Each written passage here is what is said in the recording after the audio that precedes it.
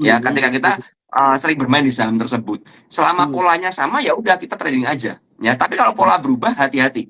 Ya, hati-hati kalau pola berubah berarti resiko akan berubah juga.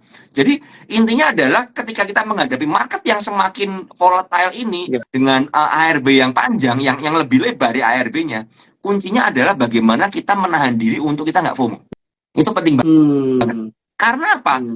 Kalau FOMO, tadi yang saya jelaskan di awal, damage-nya itu gede. Selain ke porto juga ke mental kita bakal kena. Ya, jadi ini yang penting sebelum ARB simetris. Jadi ini pemanasan dulu nih teman-teman nih, ya pemanasan dulu nih. Jadi harus apa ya? Lebih berhati-hati. Kalau ada sebuah saham yang nyepam di running trade, yang rame di running trade atau lagi di top gainer, top frekuensi, teman-teman harus lebih teliti untuk menganalisa. Kalau nggak yakin bagaimana? Saya biasanya kalau nggak yakin tapi ingin masuk nih gatel tangannya, ya udah saya masuk sejumlah lot yang kecil aja. Untuk apa? Mengobati kegatelan saya ini dalam tanda kutip ya. Seperti itu supaya wah kalau naik ya udah ya paling nggak oke, bisa cuan kan. Kalau loss ya lossnya nggak banyak. Tapi kalau saya yakin dengan sebuah saham tersebut mau masuk gede ya silakan. Asal kita udah analisa. Tapi kalau masuk hanya karena ikut-ikutan, lihat di grup-grup saham, lihat ada grup Telegram ngebahas, oh saham ini bagus nih, potensinya gini, tanpa kita menganalisa, itu yang harus hati-hati. Karena apa? Jangan-jangan itu jebakan, jangan-jangan itu adalah iklan-iklan yang dibuat oleh market maker dan lain sebagainya. Ya itu yang perlu kita hati-hati. Ingat, market maker atau bandar boleh pakai cara apapun juga yang ada di market dan itu sah. Ya, yang perlu kita ketahui adalah kita juga sah untuk mengontrol porto kita dan jari kita. Untuk apa? Untuk nggak FOMO. Itu penting banget ya. Mereka mau nyepam sampai seharian penuh, bodoh amat. Yang penting kita punya plan. Oh, saya nggak mau masuk saham ini. Kenapa? Oh, saham ini arah terus loh. Saya nggak bisa. Kenapa? Ya karena saya nggak bisa analisanya. Saya nggak ngerti entry di mana. Nah, itu lebih baik daripada apa? Kita asal masuk aja, kita nggak punya analisa padahal. Kalau naik kita beruntung, kalau turun kita nggak mau cut loss biasanya. Nah, ini yang menurut saya sangat berbahaya ya. Jadi itu pesan dari saya ya soal ARB yang bakal jadi simetris ini, seperti itu. Nah, thank you nih Om Ben. Jadi saya ambil kesimpulan bahwa pengendalian diri sangat penting ya. Jadi faktor psikologis, pengendalian diri, jangan mudah ke bawah gitu ya. Nah, kalau lagi ada yang rame-rame di running trade kelihatan wah keluar kode sahamnya terus, kita mesti cek lagi dulu ya. Tadi misalnya contoh size-nya, gimana volatilitasnya, terus sahamnya itu sebenarnya perusahaannya bagus apa enggak. Cuma yang jadi pertanyaan banyak orang tuh sebenarnya gini Om Ben. Misalnya sahamnya sebenarnya rame ya, lagi rame transaksinya, cukup besar lah gitu likuiditas transaksi hariannya. Tapi misalnya gini, apakah boleh ngelihat price movement-nya saja, price movement and volume ya, atau kita juga perlu cek nih, ini perusahaannya bagus apa enggak gitu, perlu nggak fundamental reason-nya gitu, analisa fundamental perlu nggak, atau cukup lihat pergerakan harga aja? Kalau kita ngomong untuk scalping ya, apalagi paling berapa persen keluar, ya nggak perlu lihat fundamental, Pak. Karena kalau kita lihat fundamental, kenapa kita perlu lihat fundamental? Kita mau menghold dalam jangka panjang. Kita memastikan kita membeli sebuah saham yang ada potensi di masa depan. Makanya kita lihat fundamentalnya. Tapi kalau kita mau scalping, saya rasa fundamental kita bisa tepikan dulu. Bukan berarti fundamental nggak penting ya, sekali lagi ya. Fundamental sangat penting sekali untuk mengetahui perusahaan ini layak nggak kita hold. Apakah perusahaan ini menghasilkan dividen dan lain sebagainya. Itu lihatnya dari apa? Fundamental. Kalau kita mau scalping aja, kita lihat dari apa? Dari price action-nya, dari volumenya. Itu yang lebih penting menurut saya daripada kita harus melihat fundamental. Kemudian perlu juga lihat teknikalnya juga. Kalau main pendek-pendek. Karena apa? Jangan-jangan kita beli udah di resist. Ya. Jangan-jangan di area-area ini terjadi banyak seller ya. Nggak bisa tembus terus di area ini. Nah ini yang harus berhati-hati. Oh jangan-jangan di area ini malah ini area yang bagus untuk kita beli. Karena apa? Banyak rejection di sini, ada yang nampungin terus, ada yang nangkepin barang terus. Nah, ini yang penting banget. Tapi sekali lagi ya, semuanya kita sesuaikan dengan kebutuhan kita. Kita ini mau tradingnya stylenya bagaimana? Main cepat, ya main seminggu, atau main panjang tahunan yang untuk mendapat dividen dan lain sebagainya ya, untuk invest seperti itu, Pak. Nah, Om Ben biasanya pakai chartnya daily chart atau untuk intraday lihat misalnya yang menitan 30 menit atau 5 menit itu pakai grafik yang paling ideal untuk scalping untuk jangka pendek itu pakai yang berapa menit atau harian atau kalau mingguan sih kayaknya enggak ya, pakai yang berapa timeframe-nya?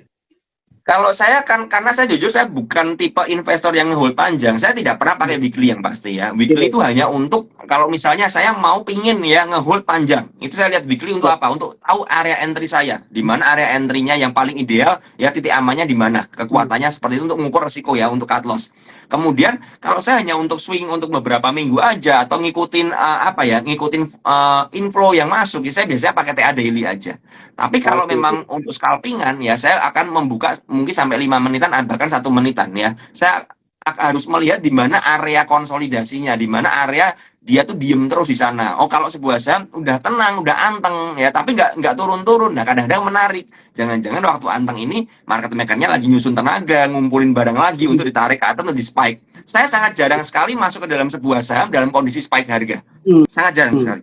Kecuali Hmm. saya yakin banget ya, saya yakin banget saya bisa memanfaatkan aja, langsung keluar seperti itu ya.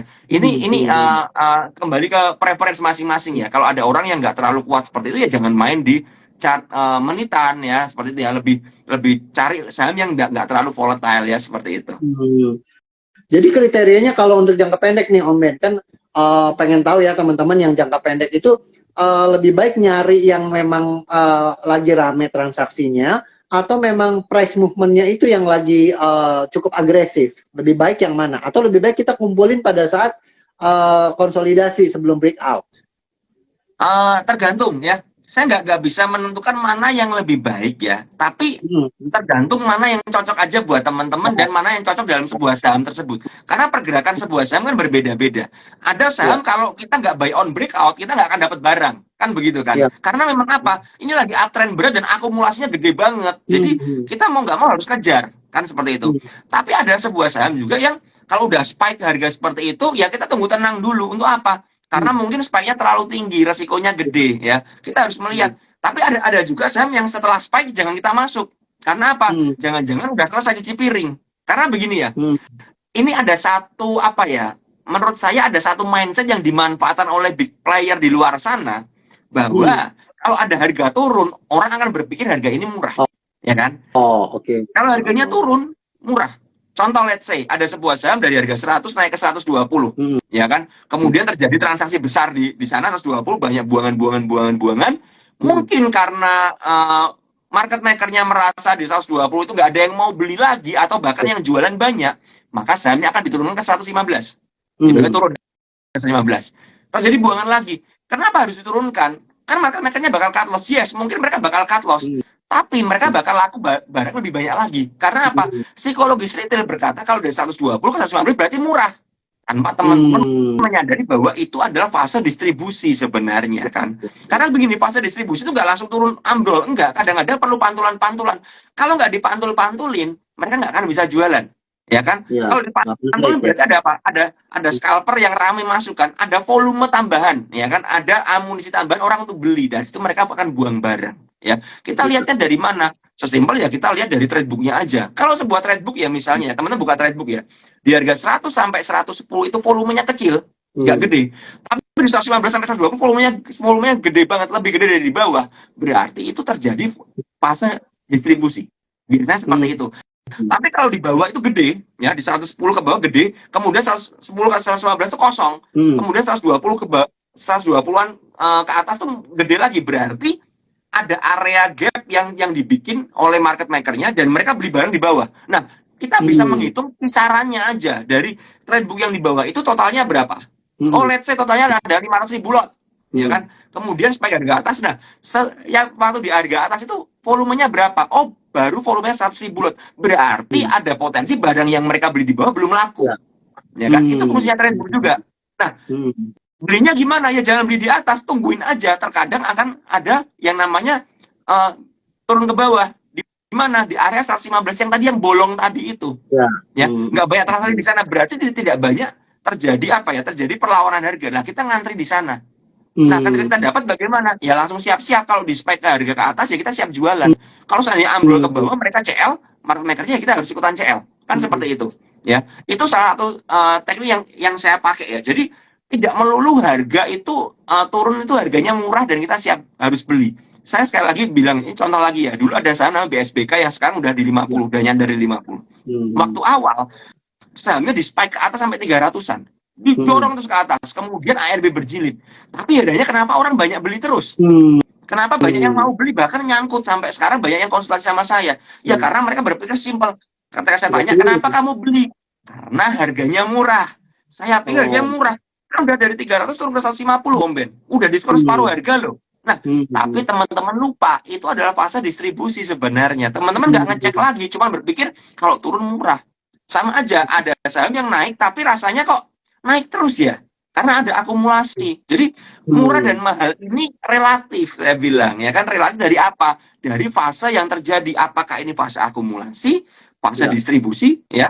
Ini relatif, ya. Harga 100, ya, akan terasa mahal kalau harganya turun ke 80. Tapi kalau kita beli di harga 100, tiba-tiba naik ke 500. 500 mahal kan? Ada orang beli 500, masih naik ke 1000. 500 masih murah, ya kan? Kembali lagi ini adalah relatif, ya.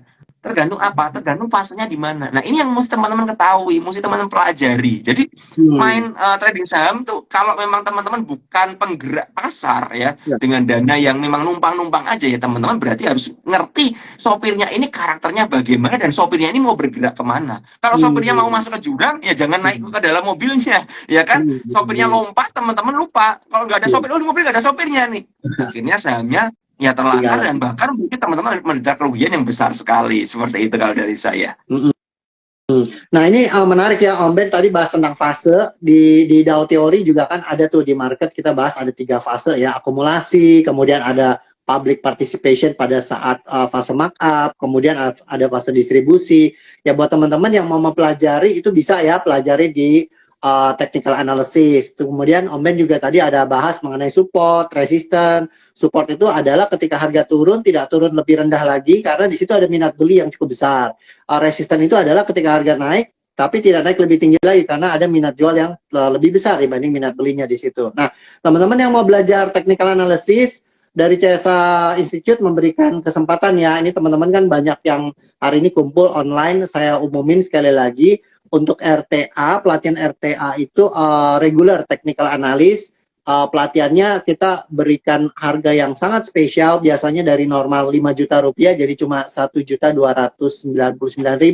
Nah itu diselenggarakan tanggal 10 dan 11 Juni tahun 2023 ini, jadi 10-11 Juni ini.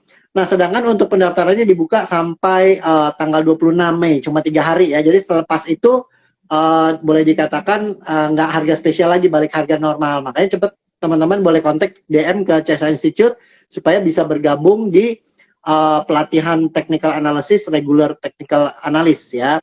Silakan bilang program RTA spesial bulan pendidikan. Nah kita lanjut lagi nih Om Ben. Mungkin ada beberapa pertanyaan dari teman-teman yang saat ini online. Saya persilakan, masih ada waktu. Kita boleh nih tanya jawab ya. Di sini ada pertanyaan dari teman kita Amir Zaputra ya. Itu nanya BJBR Om Ben, katanya habis dividen nggak naik-naik.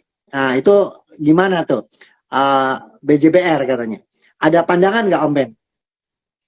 Oke, BJBR. Jadi teman-teman mesti ketahui ya, rata-rata sebuah saham ketika sudah ex-date dividen dan dividennya besar ya, cukup besar ya. Ini saya nggak ngerti BJBR berapa, tapi ini terjadi gap down ya dari harga 1.300-an, 1.375, kemudian langsung di ex-date-nya dia gap down di 1.285.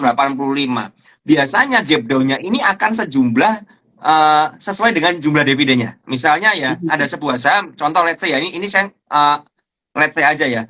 Contoh misalnya BJBR 1350. Oh, ternyata dividennya BJBR ini ya yieldnya 10%, berarti 135 misalnya seperti itu ya. Dividen 135 berarti akan ada penurunan minimal sebesar dividen tersebut. Ya, itu idealnya ya. Nah, tapi ada juga saham-saham yang seperti ASI, Astra ya. Setelah dividen ex-date dia turun ke bawah sesuai dengan dividennya tapi fase akumulasi. Kemudian beberapa hari dibalikin lagi ke harga atas ya, ke harga sebelum ex-date-nya ya, di harga 64, bahkan sepertinya sekarang udah 65 kalau nggak salah kemarin. Nah, kenapa begitu ya? Karena ada yang mengakum lagi ya, ada yang mengakum lagi. Dan fase gap down ini sangat biasa sekali. Makanya kita lihat hari ini Adaro ya, Adaro langsung ARB ya, ARB karena dividennya cukup besar juga ya.